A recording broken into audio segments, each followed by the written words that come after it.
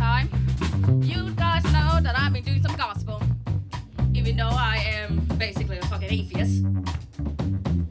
So now today I'm going to tell you an origin story of how I came to be associate myself with contemporary gospel, which basically means gospel that tells you how to do drugs.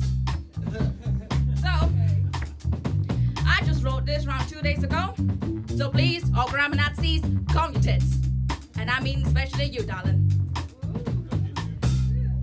So, I was born in a family of proud women, academic prodigies, lecturer, landowner rebels, and how my own family really thought of themselves deep down, professional bullshitters. So beyond every heirloom that never ceased to stay, and beyond land assets that never landed, our aggressive stance against hardship or tragedy are what we hold true to our bloodline. To express that, words are used. Statement that we assure you are coated with blood, evidence of that supposedly dead war that we passed on, either with a gentle hand or a whip. Like a bloody child, I jumped in it like an ass in a bucket of carrots. Never questioning if all of these things truly are a mentor to the history, the value of where I was grown, or is it a flowery cover-up for the guilt and shame we can never redeem? And not all statesmen can pass the eye of judgment. No, statements are never things to be carelessly thrown around like loose nails. Not in this family, no. They're a result of hours of owning, hours of seeking revelations, and after they are uttered, dispatched from the tip of your tongue, you're vulnerable to utter jeers, hooray, or utter retaliations from people who disagree with you, that is. So I seldom make statements, or so I hope. Because like a coward I am, I fear the consequences. Now, this is why I've gone to movies and art.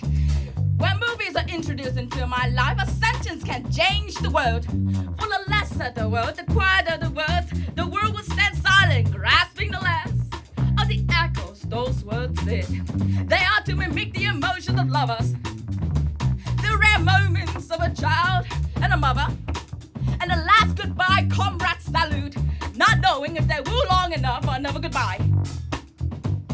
And they are so powerful, not in the declaration of might and courage, but of sorrow, revelations, and empathy. But that luxury falls short in a city of noise.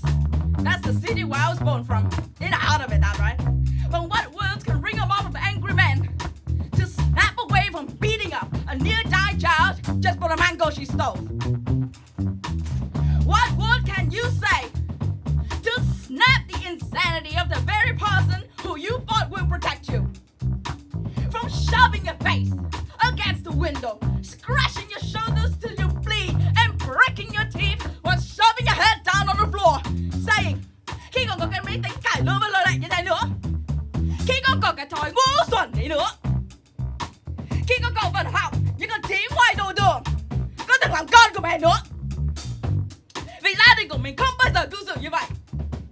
Nếu con muốn sống như vậy, thả con vào rừng thành kỷ, ăn rồi ỉa ra trong rừng, sống cả đời không biết người ngu đến chừng nào.